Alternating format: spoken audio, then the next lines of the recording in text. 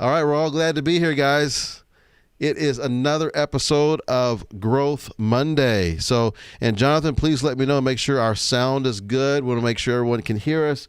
I am very excited about our two guests. Today it's all about personal branding. How do we get ourselves out there to where people can kind of know more about us as an individual, more so than companies? We've seen more than ever over the past year, people connect more with people than they do companies. Right. So over the past year, we've learned a lot about personal branding, and I got two great folks on our panel today to talk about it.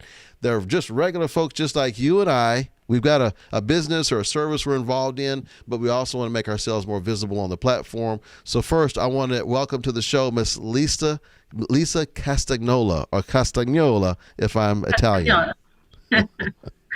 Thanks, Rollis. Happy to be here. Happy Monday. Excellent. And then we also have Mr. Walter Gordon. Welcome to the show. Thank you, Rollis. Great to be here. Now, Lisa, just briefly, tell me about your background as to what you do for a living day to day. So I want to give folks an opportunity to see that I've got folks here who, you're not a video content creator. You're someone who has a business or a business you're involved in, and you're looking to promote that. So what kind of business are you involved in? I'm involved in the workers' compensation business. So I help very large organizations who have very large workers' comp problems. So that involves everything from, helping them with getting a good safety program going, and just looking at something called an XMOD. It's all, technical jargon, but yes, I definitely do other things besides create content here on LinkedIn. Very good. Excellent. So thank you for that. And then also, Walter, I want to hear from you. What kind of business are you involved in, and why are you involved with personal branding?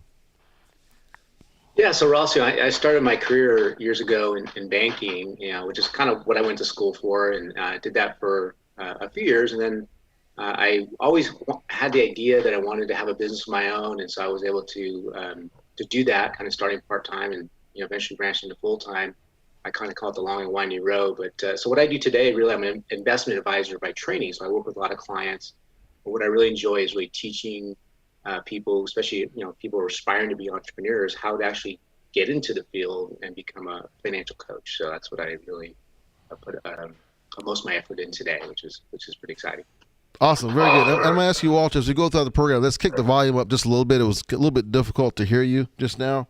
I was able to hear you, but I think it would help it a little bit if we heard you better. So we got folks who are just not coming in. Thank you for coming in. And as you're coming in, let us know where you're signing in from, what city, what state, what country. And even if you're watching the replay, we still want to hear from you. We do watch those comments later, so feel free and comment. Even if you are watching the replay, feel free to ask us both, all three of us, your questions, because maybe perhaps Lisa or Walter, if you have questions for them as well as we go throughout this discussion. So we want to welcome Joanne's already here, of course.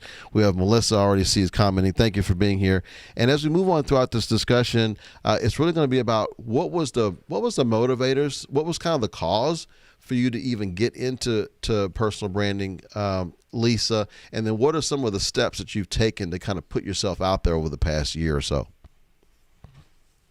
Well, I think, I don't want to say the C word yet again. We've all heard it too much over the last year and a half, but it was definitely COVID, because I really wasn't on LinkedIn all that much prior to COVID. I would share something once in a while, but, it kind of gave all of us, I think, an opportunity to just step back and say, let's kind of rethink this whole thing, right? So I started looking at doing personal branding, and it's been just a fascinating journey. I've learned so much about myself and so much about technology, and YouTube is my friend. Awesome. Okay, great. How about for you? What were your motivators, Walter, and how's it gone for you? As far as the branding aspect, I think it's been a journey for sure. I pivoted around a little bit before at the beginning of last year is when I really started getting more committed to having an online presence, especially on LinkedIn. Kind of gravitated to this platform just because it made sense for in the space that I'm in. But it really was about getting comfortable, being uncomfortable, being on camera, and obviously on any type of virtual platform, or when you're doing anything with video, you got to definitely get the energy level up. You got to, it's a commitment for sure. And so I've definitely worked to get better at that, and really just seen wonders in terms of just building more confidence with it. Excellent. Do you think that any of this has helped you offline? Like, in other words, the things you had to do to create content creation, has it helped you in your interactions with people, even face to face or other parts of your business? Have you seen any effects of that? Yeah, I've seen quite a bit, because I work not only with individually, but I do a lot of team trainings, a lot of meetings where I'm in front of a group of people, and so that's obviously anything that you're doing where you're paying more attention to how you come across. Whether it's in person or, of course, on video, it's super helpful to be able to have more practice and more have those skill of how to communicate more effectively. So it's I've just definitely noticed a difference. Absolutely. So, how about you, Lisa? Oh, same thing. I have been able to enthusiastically share my experience with others and get other people a little bit excited about it and curious about it, because people have asked me, why do you do that? you know, and it's fun sharing about the journey, I think. Especially with I have two sons, 27 and 29. And I think they're a little shocked that I've embraced the technology of it all, and that I've embarked on this journey. Wow. But as far as in business, yeah, I mean, having the ability to be in front of the camera and practice some of that, and know that you've got to do, a Zoom presentation with someone eventually, it's all great. It's all such a great framework for that. Oh, excellent. I like that point you just made too. So when you're able to have that meeting with that Zoom person on Zoom, that one-on-one, do you feel like the content creation has even helped those one-on-one meetings to be more engaging? Definitely, because I know I can't seem to get rid of the glare with my glasses, but I know that I'm not going to go into it ill prepared for having a camera on me. No, I know to look at my camera that's up here instead of at your face or my face or Walter's face right now, because I know how that's going to appear on camera. So these are just all little things that you kind of learn as you go along, and that come in very handy when you need to go on a Zoom call with someone and do a presentation. Love it. So this is, you also brought up something that I know is on the minds of people who are watching, and I want both of you to weigh in on this. But since you mentioned it, Lisa, I'll let you address this first. Is one of the things that sometimes many of us fear is, what are my family and friends, people who I work with, what are they going to think of me all of a sudden putting myself on video? And so I know that's what all of us are thinking. So tell me how you went through that whole process, because you mentioned your sons. So what was it like for you, Lisa, and how did you get past that? Well, I have a son who actually went to USC and graduated with a drama degree. So I would ask him questions occasionally, and he gave me, a few tips. But ultimately, I had to figure it out on my own. My husband was extremely encouraging. I remember the very first video I did, and I picked a work comp topic, because everybody wants to hear about work comp, right? So that was part of my learning curve, was just what to talk about, what people could relate to. And I didn't have a lot of followers at the time, and I still don't have a ton.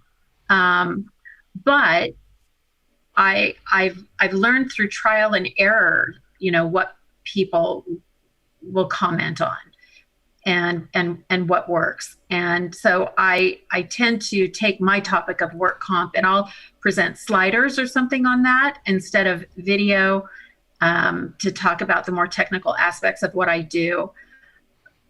And then otherwise, I share more personally. I just share interesting things about my life, because, again, as you said in the beginning, Rollis, people want to know who they're doing business with, and that's how that's the point of personal branding, right? To let people know who we are and what we're all about.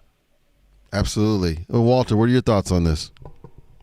Yeah, it's definitely something Lisa and I have talked about, and it's funny how, because on LinkedIn, where I spend most of my time, and I, other platforms it's similar, but especially on LinkedIn, it's a very supportive community. So when you start posting video content, people are usually very, supportive of it. They often give you a lot of, positive feedback.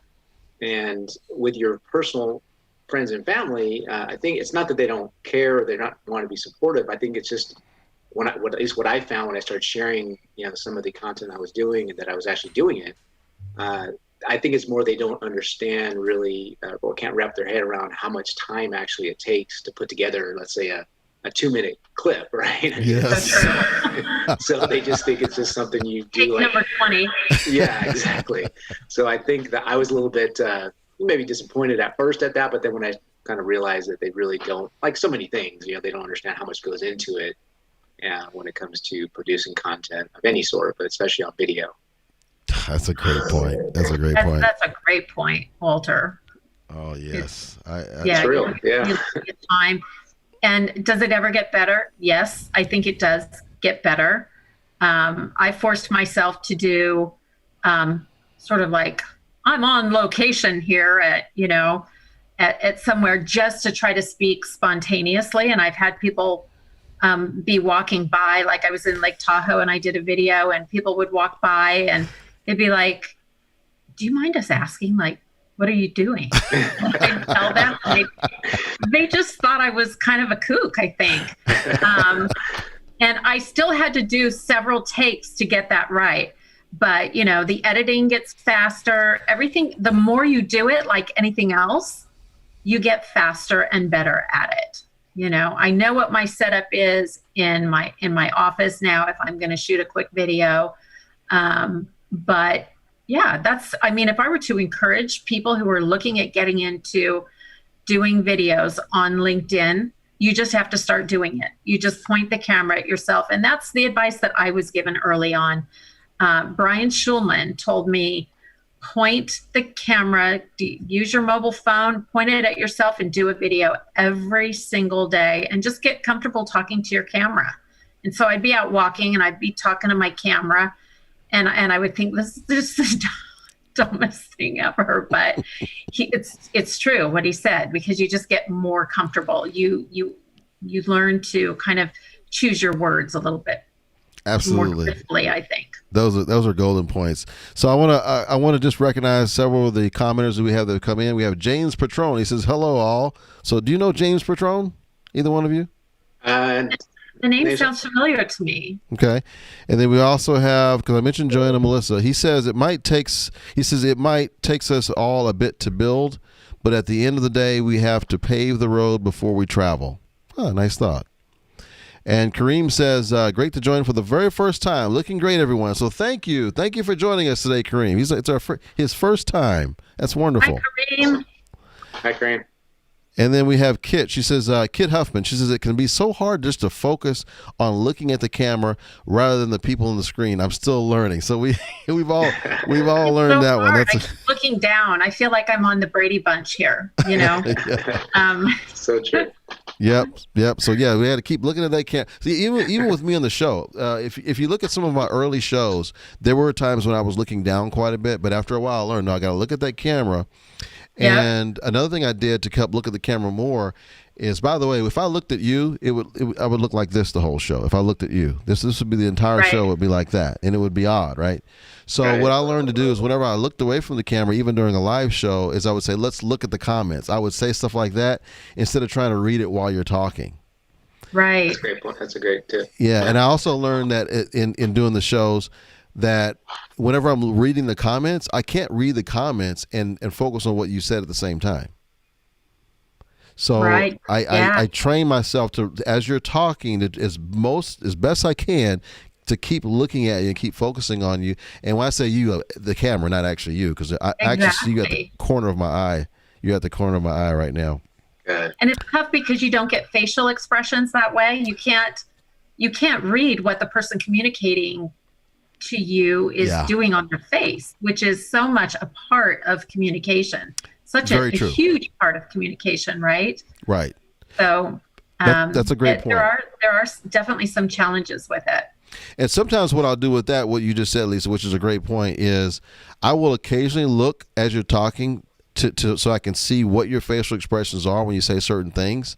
And but fortunately, I have it positioned where when I turn, at least it looks like on the main screen that I'm turning towards you. So if you're looking at the main screen right now, whenever I turn to the left, it looks like I'm looking right at you. So it makes it more visually. Rollis. What's that? You do a great job. Science. He's got it down to a science. Yeah. Thank you. Okay, so we got Rob. Hey, Rob's here. So Rob, he's got his own live show, and he's actually one of these guys who specializes in fraud, detecting it and all that. He trains other auditors how to do it. Oh, so nice. Of all things, he has a live show about fraud, and it's actually interesting. That's great, Rob. Yeah. Very so anyway, glad to have you, Rob. LinkedIn. It says LinkedIn user, by the way. LinkedIn user says, glad to be able to view. Thanks for the invite, Walter Gordon. So it's someone who knows you, Walter. Oh, okay. It just somehow just says LinkedIn user. So maybe you let us know who you are. Sorry about that. Sometimes it blocks it. With the way your privacy settings are, sometimes it blocks it. Okay, and then we also have, let's see, James says local business can be the best business. Okay. And Zainal Abdin says, nice to be here. Nice to have you here as well, Zainal. And and Kit says to Walter, she agrees it can take so much time, even for those little small clips like what you were talking about. And so if you have any questions to go along, feel free to put your questions while we're talking. Kit says that's a great tip, really great tip, Rollis Fontenot. I like the idea of a verbal segue to look at the comments. I do a weekly show too, and I will have to try this tactic out. Yeah, it works. It works. Thank you. So I like to ask permission to kind of look away from my guest if it's going to be for an extended amount of time. Oh, it's Dayanara Estrella. Oh, Daya. Welcome, Daya.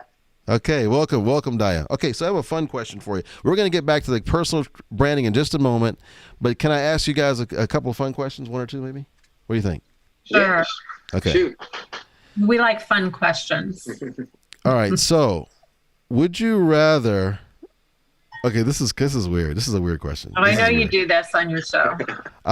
Would you rather have a head that's perfectly round like a basketball, but normal in every other way, or have both feet the exact size and shape of shoe boxes?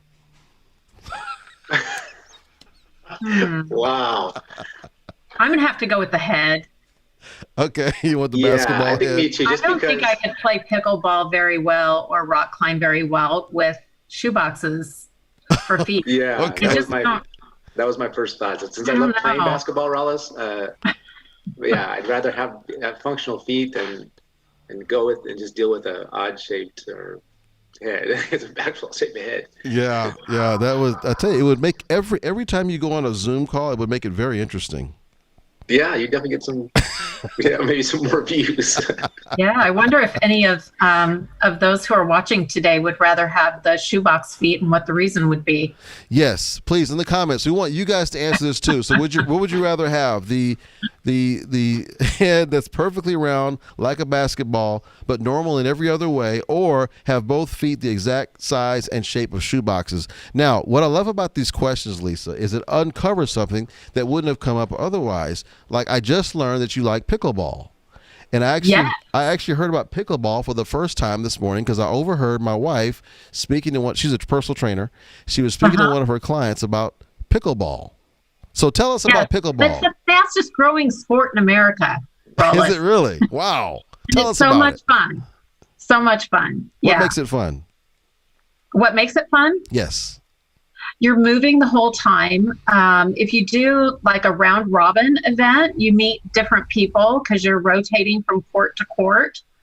But it's really fun, like when you just slice one over the net and you get a point. I mean, that's always the most fun. Awesome. Or if you have a really good what they call get, when it's fast and it's low and you get in there and scoop it out and get it back over the net. And so Lisa, this is like a way I understand it. I've only seen it a couple times, but like a low impact version of tennis. Is that a good way to describe it, or no? Is that like an insult? Yeah, I mean, the court is a lot smaller. They can make like 4 pickleball courts out of 1 tennis court. So it's a smaller court. There's something called a kitchen, and you're supposed to stay out of the kitchen for the most part. You can go in if a ball comes over the net and drops in. But if it's going right to your paddle, then you can't be in the kitchen. So there's all these little rules, fun little rules. My husband and I play other couples. He's obsessed with it. Oh, wow. I'm not so much because I have some wrist issues and it bothers my wrists sometimes, but I love to play socially. We're going to be hosting a pro at our house the end of June who's coming in for the very first tournament that Lifetime Fitness is having in San Clemente the end of the month. So my husband's going to be like, hopefully he'll analyze my game a little bit, Well, this actually sounds like some great content to go on your LinkedIn. Have you talked about pickleball on your LinkedIn yet? I haven't really talked about it. I need to talk more about pickleball because, pickleball has some similarities with business, right? You've got to have a little bit of strategy going in. Yes. Sometimes my husband he'll take the paddle and put it to the side and we'll be like, talking behind the paddle kind of thing, to kind of intimidate the competition. Right. But it's something that what I have found is really interesting about it. A lot of seniors play pickleball. It's like really popular. I've played against a 75-year-old man who could outplay me. I mean, there are some really, really good players at all levels in all age groups. And there are some repetitive injuries that come from pickleball, mostly elbow type things. But, it's the fastest growing sport for a reason. And that's because it's fun. So if you haven't tried it, try it. Okay, I have to give it a shot. And I'm just thinking that there must be some principles as you're playing the game or things you've learned from it that probably even apply to your workman's comp videos. I think there's probably something there. What do you think? To workers' comp. Or maybe staying safe. I don't know. Maybe it's something that comes out. Safety. Today the courts are a little wet, and I was going to play a little bit today with some girlfriends. And I said, the courts are wet. So, of course, Sally Safety, my alter ego, steps in and says, we could possibly get injured from sliding on a wet court. And we don't want that. We do not want any injuries. So, safety first. I noticed a friend that I was playing with the other day, shoes were worn out on the bottom. And I said, you might want to replace those because that is a safety issue. You kind of have to keep rotating your shoes because the treads don't last forever. So. Yeah. Have you found yourself the more you do this, have you found yourself seeing ideas? Okay, that's going to be a great idea for a content piece, or that's going to be a great idea for an idea. Walter, have you come across things? Have you found yourself come across things like that because I'm starting to do that now a lot. So I want to see if I'm the only one. You're not the only one. It happens quite a bit, actually. Yeah. So the timing of us getting on was about just coincided with me getting to my 50 videos, which is kind of a threshold, I understand, for when you're creating content, especially video content. When you get to 50 videos, you kind of find yourself and find your, a rhythm and your style and what have you. So that's been significant. So yeah, of course, when I'm on my runs or walks, when I'm, riding my motorcycle, whatever, I get ideas come to me, right? When I'm in that kind of space. And so you come up with analogies and metaphors that are just great for content ideas. Okay, because of that, I got to do this for you. Since you hit your 50 videos, we're going to do this here for you. How about that? Yay. Thank you. Yeah. Yeah, very good. That's a big accomplishment. And just looking at the comments here again, I'm gonna assume it's Daya again. She's laughing. She's cracking up. She's enjoying it. And OP Alvarez, he says, "Great to see you, Lisa." She says, "And Rollis and Walter, and Sally Safety and pickleball." Anyone in the comments, if you play pickleball or you have played pickleball, I want to know. Let us know in the comments. Even if you're watching the replay, I'm curious as to how much this is catching on. Do you find that Sally Safety is is that like an alter ego that comes out? Is it like tell me about the Sally Safety thing. I'm curious about this. Yeah. So the Happiness Tribe, we were out yesterday. I have, there are 5 couples, and we were celebrating a friend's birthday, and we were going to take our bikes and go from place to place celebrating this birthday. And, I'm always the one talking about helmet safety, because I had some of these friends that didn't have helmets when we started riding. And we're talking about electric bikes where they go 25 miles an hour. And so Sally Safety definitely flows over. In fact, that's when I first started getting called Sally Safety, was from my kids, because they would get on scooters when they were little.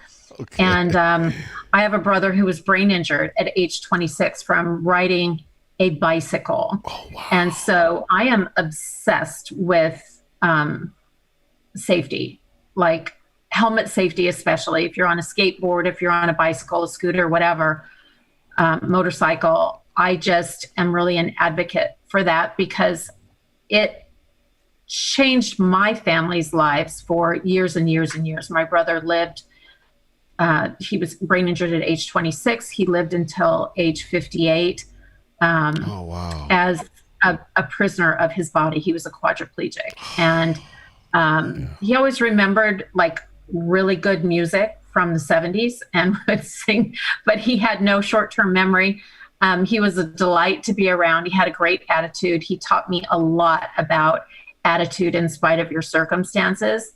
But yeah, helmet safety, I am all about it. And I will actually walk up to people. And, I've been known to tell my brother's story to kids when I see them on the street, because I see kids all the time riding around San Clemente on their electric bikes, and they have no helmet on whatsoever.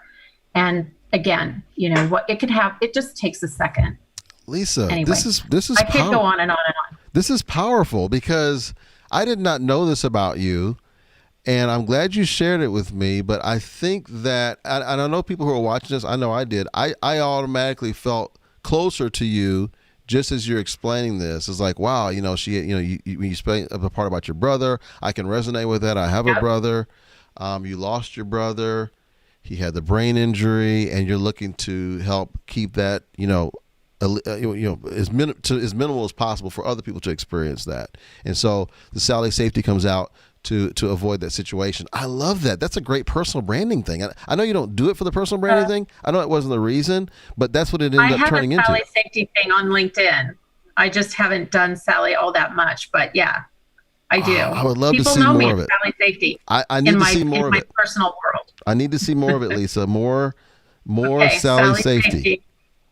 I should have worn my yellow Sally Safety vest today. I think I have one.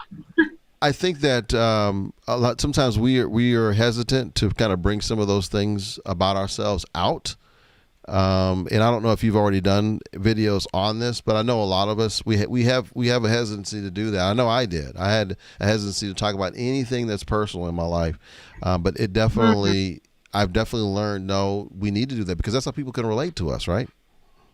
Yeah, I've done one. I've done 2 videos telling about my brother, because bike sales skyrocketed with the pandemic, right? Everybody was buying bikes, but I just saw in my own personal neighborhood, people were not wearing helmets. Sometimes they wore masks, but no helmet. And I'm like, you'd probably be better off with a helmet, buddy. Yeah. Okay, so Joanne, do me a favor, Joanne. Can you try and find Lisa's video talking about her brother? What's the name of it? We're going to put it in the comments. I think it's the last video I did, actually. So it's not too far down in my feed. Let's check that out, Joanne. Please, let's put that in the comments there. Go ahead, Walter. You're going to say something. Yeah, I was going to tie it back to some of my earlier conversations with Lisa about just storytelling, what we were talking about earlier, that it's such a compelling way to connect with people and kind of endear yourself to people, because our personal stories, and I've known this for years in business, that, it's called story selling for a reason, that, people buy into stories.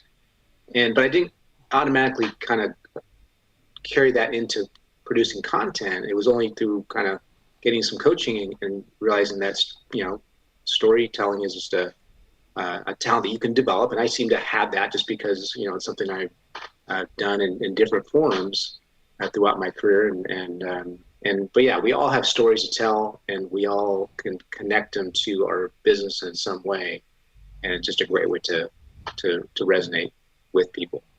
Absolutely. And we have Dia says, congratulations, Walter. And she also said, thank you, Lisa, for your story. Also, OP says, wow, great personal message, Lisa. If willing, that is great content for LinkedIn. Think how many more people you can reach with this personal message. So we all love your story. So we're going to check out the one you did for Joanne. Joanne's going to put in the comments that you did for your brother. What's your brother's name? What was your brother's name? Steve. We called him Steve-O. Steve-O. Nice. Yeah.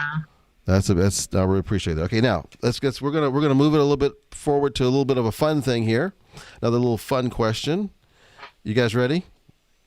Okay. Okay, when it's late morning and you're getting hungry, which lunch gets you really excited? And those in the comments, I want you to answer the same thing. Mm-hmm. Please answer the question. Whenever it's late morning, you haven't eaten, you're getting hungry, which lunch gets you really excited? Well, for me, it used to be a tuna fish sandwich with a lot of potato chips. Ah. What kind of potato chips? Can't eat a tuna sandwich without potato chips, but my diet has changed drastically. Okay. So now it's arugula with fennel. And sometimes I'll put some coconut rice with it. And maybe a few tomatoes. I'll add a little parsley. Lots of lemon juice over the salad, a little bit of olive oil, a little bit of Dijon. So I make a nice dressing. Anyway, it's very refreshing, and I'll maybe have some cantaloupe with that. Ah, that sounds good. Now, I'm being so well behaved. Before I forget, Lisa, I just want to ask you this other question, and maybe you can hold on this. So we'll let Walter answer, but think about this question. Your posts are very colorful. When I went through your feed, I noticed they were very colorful. So colors mean quite a bit to you. So I'm going to ask you to kind of give us your thought process on your use of color. But Walter, go ahead and answer, because I know you're about to say something. Please. Yeah, well, I was going to say that, my lunch choices are nowhere near that level of gourmet. But I could pretty much eat pizza anytime, but usually pizza is not a great choice for lunch. And so I don't know how excited to get about it, but I love Subway just because I think it's the best value in America in terms of bang for your buck, right? And so I just love to be able to get a fresh Subway sandwich with all the fixings. There's other great obviously sandwich shops, but that's the one that's usually there's always one around, right? So that's usually my go-to. Yes. On Wednesdays and Fridays especially, because that's their sub of the day. Turkey and then tuna on Friday. I'm usually, opting for that. I like that. The Subway to me. What are you saying, Lisa? I said I like Subway too. Good choice, Walter. What about you, Rollis? Well, I like the idea of Subway because it is available in so many different places. The distribution of Subway is amazing, and it's the same experience everywhere. I can't say that I would get excited about that as a lunch. What I would get excited about would be, let's say, if my wife fixed some oxtail the night before and there's still some oxtail left over, I would get excited about that for lunch. Or maybe she fixed some lasagna the night before. Leftover lasagna is amazing. So I would get excited about that. Those are probably two of my tops that I would get excited about. Nice. Dia says, "Rest in paradise, Steve-O." So she puts her thoughts out towards Steve-O, Lisa, and then she also says, "Thank you so much." Yeah, and then she also that said, warms my heart. Say it again. I'm sorry. Go ahead. I was covering. Go ahead. That warms my heart. Awesome. And she also said a beet salad. So a beet salad is her thing. Beet salad. Wow. Would either of you eat a beet salad? I love beets. I make beet juice. Oh, really? Mm-hmm. So you guys have that in common. I also make my own yogurt now. And I've been trying all this vegan stuff. So not that I've gone vegan, but I'm just trying to eat a little bit more clean. Okay. Get creative. It's good. Yeah. It's all good. You're toying with the idea anyway.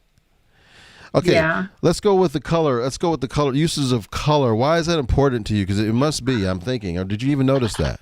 Is that by design? I, I'm obsessed with Canva. Let me just say, I love Canva. That's where I design all of my posts. I've even put videos inside like TVs that I found on Canva.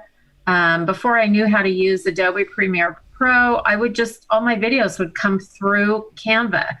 And and I love it because there's so much to choose from there. Walter and I have talked about this. I've said, I'll show you anytime, Walter. You got skills for sure. Yeah, it's just a fun place to create, and they have so many great, different color schemes and things like that. My logo color, as you can see behind me, is green, Yes. but I like to complement that with other colors, and I like bright, catchy stuff. So Well, hey, look, I I don't know noticed. how it works, but it's certainly fun to experiment with. And I know John Palmar was talking about color, and just like you can quickly Google if you're trying to get an emotion across, what color goes with a certain emotion. So I kind of played around with that too a little bit. Oh, I like that. Okay, let's pick up on that with the emotion. So give Mm-hmm. me some examples of how color is associated with emotion. Maybe that might be helping someone who's watching this. Well, I think orange is kind of high energy, right? When you see orange, blue and especially softer blues are a little bit more sanguine and peaceful. So there's a whole psychology behind it. I don't know exactly how effective it is, but I know that in the news feed, if you see something that is very colorful and catchy, it has a tendency to grab your eye more quickly, Yes. I think. Yes. I think there's something to that. Yes, I agree 100%. That's a great point. I'm curious as to what the audience thinks about that. I'm not sure. Let me just see. Yeah, they seem to be pretty happy about it. So yeah, I agree. The color definitely helps. And Rob Berry, he says Canva rocks. So he likes Canva. He's a Canva fan. I like Canva. Canva's my jam. I like. In fact, we're going to drop a link about Canva for those who aren't familiar with it. We're going to drop a link on Canva. I think you get something with it. It's some kind of affiliate link I have, so I'm going to share that. And then Dia says, she says you're very welcome. With the comment about your brother, Lisa. And Thanks. she says more bang for your buck. I think she's talking about Subway there. Yeah. Yeah. Let me ask you a question. This is one I asked to some CNOs a couple of weeks ago. I want to ask you guys the same question. So you got a choice here. One choice is you never get a chance to eat out at a restaurant ever again, or you give up your top 10 favorite dishes of all time. Which one would you go with? Guys in the comments, I want you to answer the same thing. That's a tough question. Yeah, it's a tough choice. It's a tough one. It's not easy. Wow. I'm going to say give up my top 10 dishes, keep going to restaurants, and discover a new top 10. Ah. Good answer. Okay. Yeah. Yeah, I Yeah. have to say the same thing, Ross, that it would just be a way to explore other cuisines, cultures, so yeah, that would be my motivation to I like go it. the same route. That's a really good workaround there. By the way, Joanne, I just gave my affiliate link. If you could put that in the LinkedIn chat for me, I put it in Restream as well as in Zoom. Now, Rob says he would go with never eat out again, so he's gonna give up the restaurants. He's gonna go with his top 10 dishes and Wow. everything else. So he must really like his top 10. Yeah. It's a tough one. I don't know if I can give up my top 10, guys. I think that I'm going to have to go with not eating out at a restaurant, and I'm going to go because I want to keep my top 10. I'm going to go with that. What is your top? Give me your top 2 or 3 dishes. Walter, what are yours? I mentioned pizza for Okay, sure. pizza. Okay. Enchiladas are big with I me and love my enchiladas. family. You like them spicy? Yeah, my mom makes the best. She makes the best enchiladas, so that's always my go-to when she's around. And gosh, probably another pasta dish. I love pasta, so Okay. yeah, probably not lasagna, maybe like a ziti or something, a baked ziti. Oh yeah, Like yeah, I like that too. Lisa, how about you? You have an Italian last name, so I don't know. Is that? Yeah, I used to go to my grandma's house every Sunday and she would make like homemade lobster ravioli, my great grandma.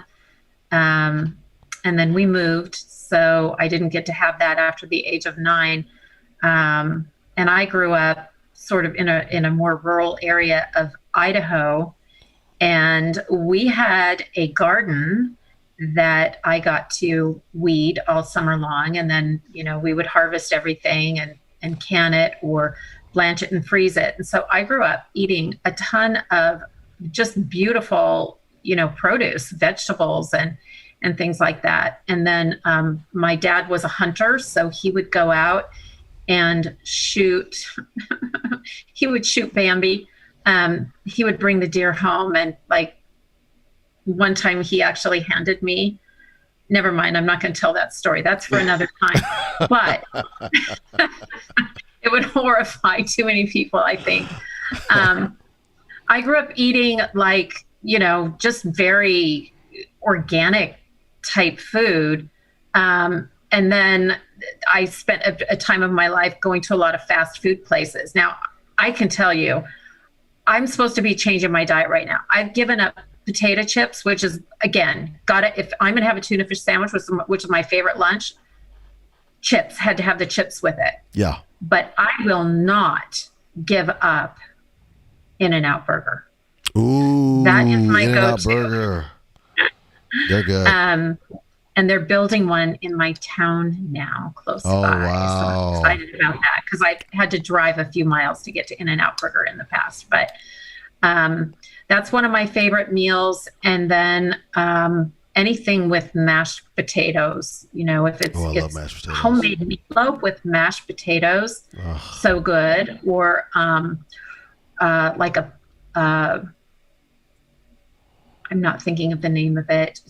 What's the Christmas meat that a lot of people make?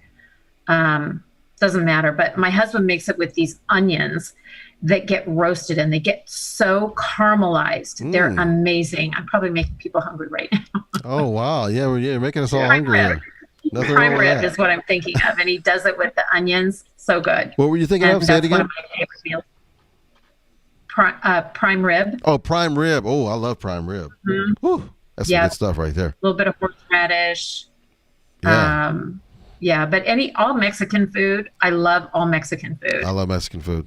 Yes. I love lots of different kinds of food, actually. Okay, now Rob says he would hire a private chef. Laugh out loud. I like that idea.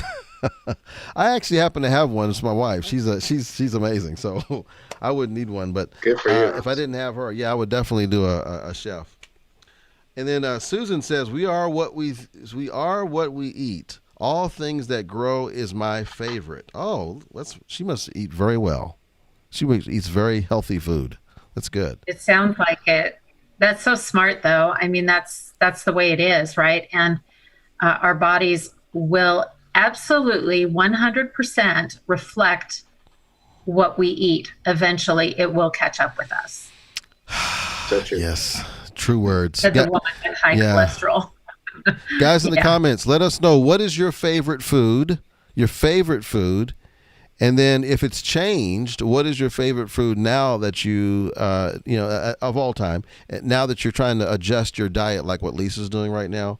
What's your new favorite? Maybe you can give us your old and your new favorite in the comments. But yeah, and it's interesting, as we get a little bit older, we learn different habits of how they may not be serving us, and how we're kind of making adjustments with our eating as we get a little bit older. I know I've had to do that myself. Yep.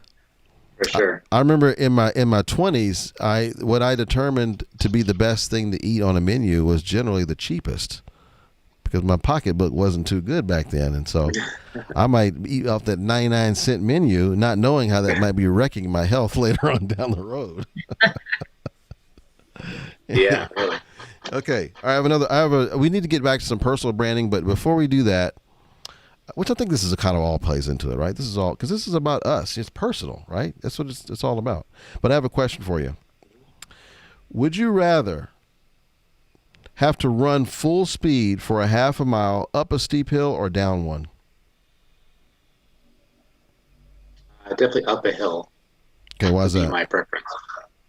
Because I've ran down hills during races, and it you can definitely hurt yourself doing it if you don't do it right. And if you're tired, which I probably would be after a half a mile, it's just you're more prone to injury that way. Okay, we're going to see what Sally Safety says. Lisa says about this. I can attest to that. I would have to say uphill because I was kind of trying to be like a little billy goat or something, I guess, coming down a hill on a hike. And I did fall because I came around a corner and there were some people that decided to stop and rest. Oh. And my quick-footedness, and maybe I already do have like shoebox shaped feet. My feet are kind of big considering my size because I'm a small person and I have large feet. Anyway, I tripped and I tumbled about 15 feet down. No. And I wasn't even running, but I was, again, I thought I was like this clever little billy goat. And I hit my head. And so I'm going to have to go with Walter on that one. Yeah. Uphill. Okay. Yeah. Okay. Wow. Well, it sounds reasonable. Guys in the comments, what would you think? Actually, Susan says, I would run up the hill and then roll down the other side. Good for you, Susan. I like that. All right. Sounds like fun. Daya says, shrimp cocktail is my new and very limited on how much I can eat it. Same as Lisa. And her new favorite is cauliflower cocktail, a much healthier choice. Cauliflower cocktail. Yeah. Wow. What is that? I want to know more about that. Yeah. What is that? Can you give us a link? Can you give us a link in the comments, Daya? That would be amazing if you could do that. I have no idea. My wife, she loves cauliflower cocktail. I'm not cocktail, but just cauliflowers in general. And she fixes it sometimes for me. And, of course, I eat what my wife fixes. So I end up eating cauliflower too. Yeah, cauliflower. Definitely a healthy choice. It's good grilled. Like I've heard of cauliflower steaks where you slice through the cauliflower and you get them about, I think, a half an inch to an inch thick. And you can grill them on the barbecue, or I think you can maybe broil them also. Interesting. Yeah. And Susan says, I don't think I would ever run down a hill. So she's definitely not going to run down a hill. So I understand that. Okay. I have a question for you. Approves of this message. Which shoes would you most love to have in your closet? If you had to get rid of all my other shoes, but I can only keep one, is that what you're saying? You could frame it that way if you want, but just which shoes would you most love to have in your closet? Which one do you love the most? Okay. I gotta go with my running shoes, Ross. Running shoes. Yeah. Yeah. What color? So I have mine are blue. My color's blue. Okay. So that is your color. Yeah, my running shoes are blue, and so I match it with my blue little fanny pack, and Oh, you have a fanny pack too? I do. So you're a fanny pack person? I'm a fanny pack. It's like a slim down fanny pack, not the one that back in like the '90s that you would sport, but it's like a slim down one. Oh, there you go. Oh, so you're on board with it? It's okay, yeah. I think you were trying to make fun of me. All right, very, very cool. I don't have a fanny pack. Maybe I need, since I feel like I'm out of place here. Maybe I need to get one. They're coming back. Big time. Yeah. Guys in the comments, do you have a fanny pack? Let us know in the comments. Okay, I'm gonna do a. Today is the day to get one. There you go. Yeah. So I have an exercise for us, guys. Let's see if I have it here ready. I may not have it. Actually, you know what? I may not have it ready. Actually. Yeah. Okay. I may not have it. I thought I had it ready, but I guess I don't. The exercise. Well, let me see if I can pull it up. I might be able to pull it up for you guys. I want to take you guys through a little test here. Let's see which ones you guys pick. Okay. I want to see which one of these choices you pick. If I can bring this up, hopefully I can bring this up live, where we can, because we're talking about personal branding, and sometimes we're like, I'm not sure if we want to do personal branding because people are gonna, whatever the hangups are, because I know I have my hangups about it. But I'm going to show how powerful it is in just a second here. Okay. It's opening up. And so pretend this for a moment. I got it up on the screen here. Okay. Pretend that, see if I can find it. This is like spur of the moment. I wasn't even planning to do this, but I think it has to do with our conversation. It's important that we talk about this. Let's see. There we go. Yeah, here he goes. All right, so we're gonna go with this one first. Which one would you hire to manage your stock portfolio? I've got some choices here. Guys in the comments, I want you to tell me which one that you would choose to manage your stock portfolio. And by the way, while we're waiting for them to answer, Susan says, my chiropractor says that the only shoes that should be worn are the ones when shopping. Interesting. She says running shoes are hers. And then Rob says no fanny packs.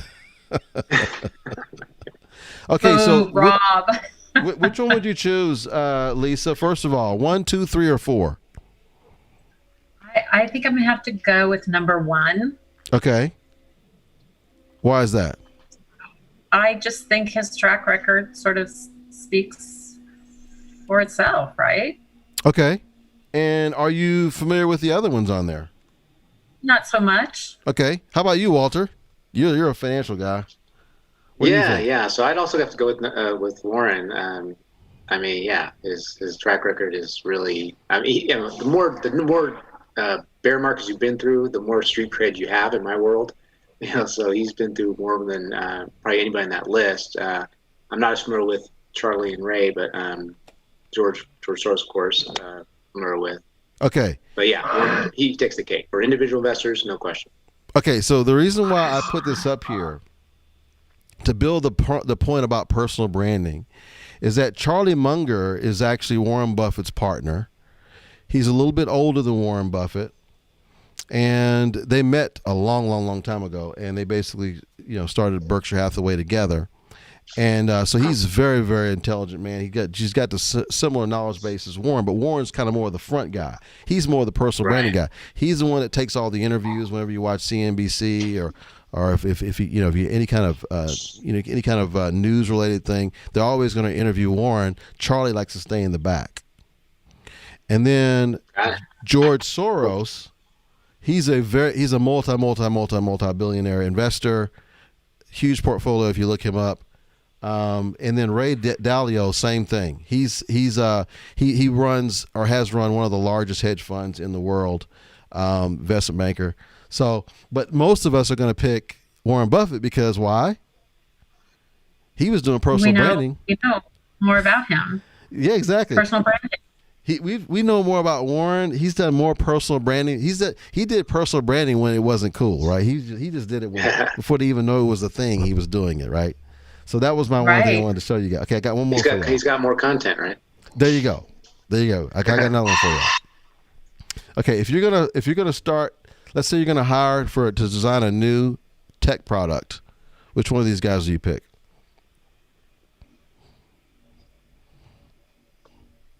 Now, Jennifer says obvious too. Now I'm hesitant to answer.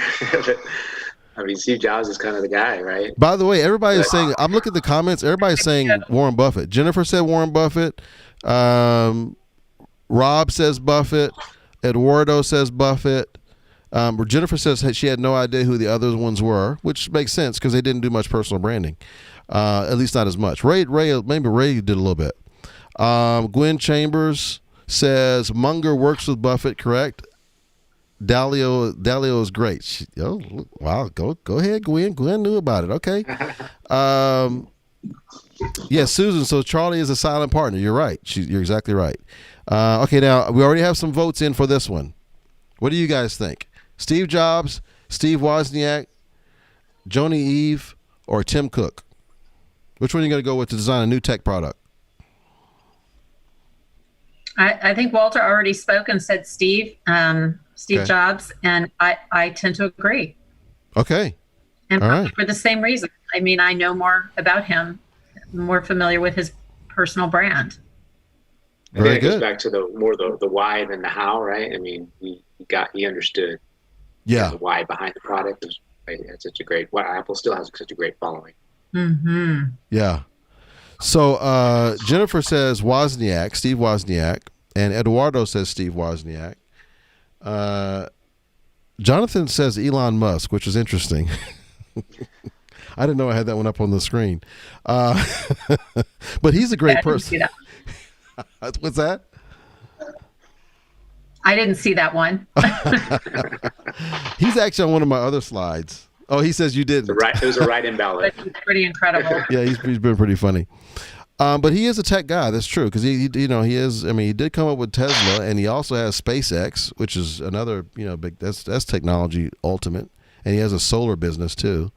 But Steve Wozniak is also a pretty good choice, guys. Jennifer said Wozniak, and so did Eduardo. That was the guy. He and Steve Wozniak and Jobs. They created the Apple IIe together, the first Apple computer. They created it together, and Steve was more of the techie guy. The Wozniak, he was more of the techie guy to put it together, and then Steve Jobs was more of the front guy. He was more of the sales guy of the thing. Although he obviously understood programming and everything. So it's interesting, yeah. So Steve Jobs is the one that I get picked the most. Joni Eve was the one who designed the iPhone as well as the watch.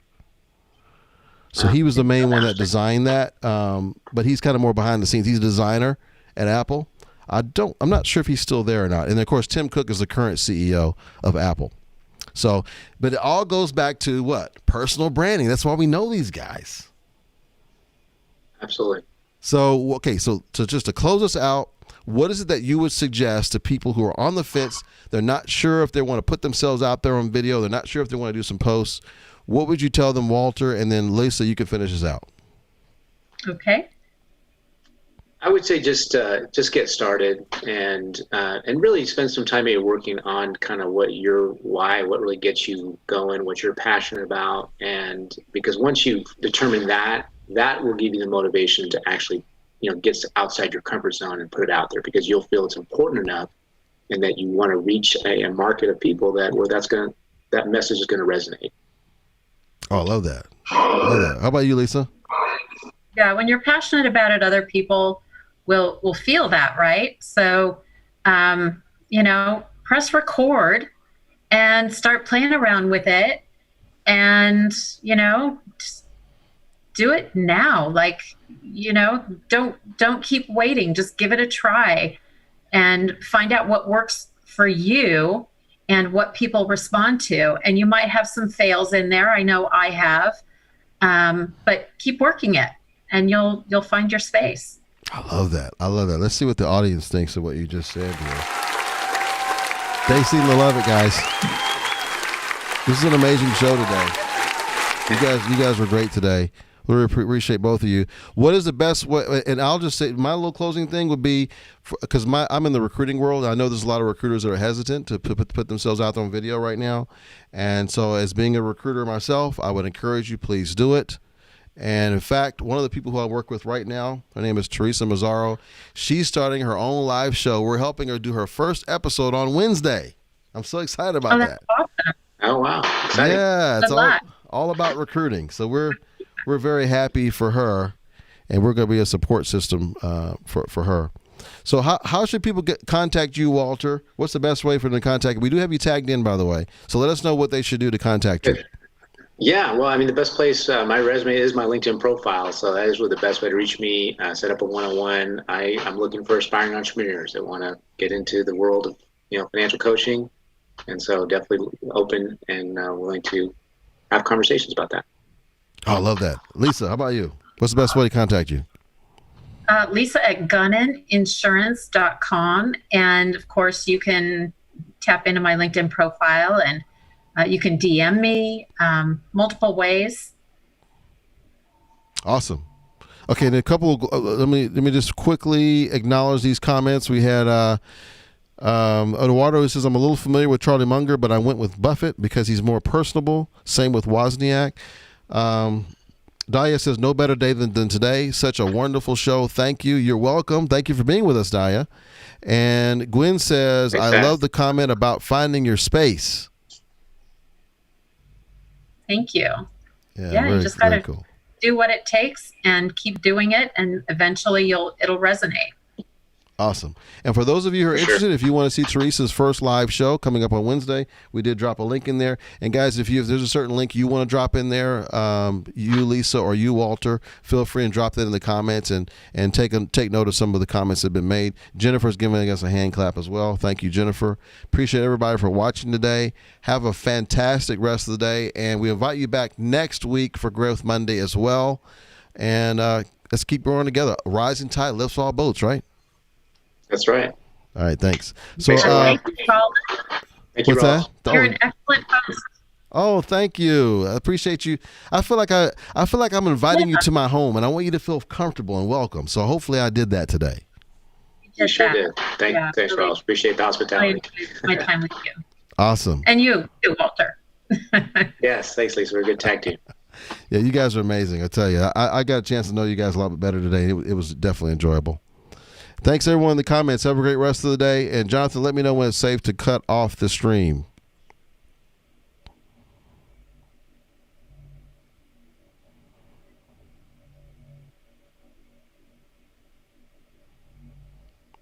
It's a little bit of a delay.